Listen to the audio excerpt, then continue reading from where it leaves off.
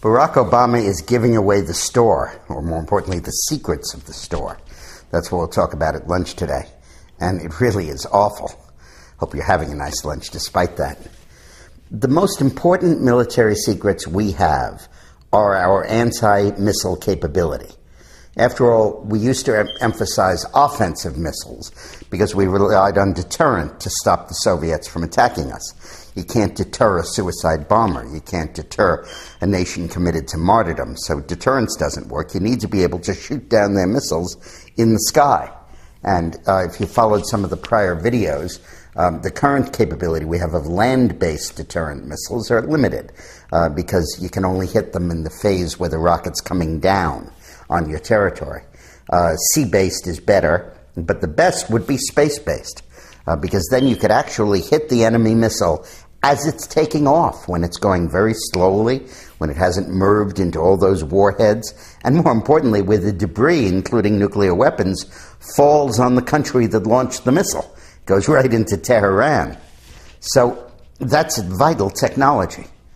Well, guess what? Barack Obama is giving it to the Russians, giving it to them, handing it to them. And the Russians, obviously, are going to give it to the Chinese and the Iranians and the North Koreans so they can game the system. Why is Obama doing this? He says the reason he's doing it is to convince the Soviets, convince the Russians, that our interceptor capabilities are too limited to be able to catch up to and destroy the Russian ICBMs. So the Russians shouldn't be afraid of them. They're intended for the more primitive missiles from North Korea and Iran. And to prove that point, so they like us better, they have no veto over it, so they like us better, he's giving them the technology. I mean, absolutely insane. Now, Congress, for once, agrees with me, and both houses of Congress, including the Democratic Senate, by overwhelming margins, attached a rider to the defense appropriations bill prohibiting Obama from doing this, saying you may not give out these secrets, this information, to the Russians or to any country that is likely to pass them on to North Korea and Iran. It says that in the bill. Well, Obama signed the defense appropriation bill, but he issued what they call a signing statement, which was his interpretation of the law. And he said he interprets this law as not infringing on his powers as commander-in-chief, and essentially saying that he plans to give this to the Russians, that this amendment that was designed to stop him from doing it encroaches on his role as commander-in-chief, and that he will proceed anyway.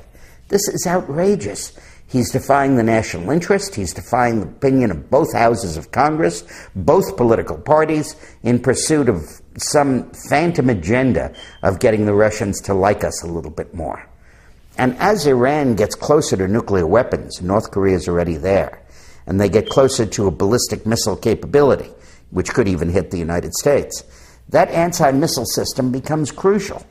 See, the anti-missile missile was largely ineffective against the Soviet threat because they had 12,000 warheads, and they'd launch all 12,000 and we'd shoot down 11,900 of them, but 100 nuclear weapons would land in the United States and kill 100 million people. But when you only have 4 or 5 or 10 or 20 or even 100 missiles, it's very effective to be able to shoot them down. And if you put the capability in outer space, you really can shoot them down, and you can shoot them down before they even clear Iranian airspace, so the stuff rains down on Iran. This is vital technology, and Obama's giving it away. I mean, I think we'll beat this guy in November, but we may not have a country left by then.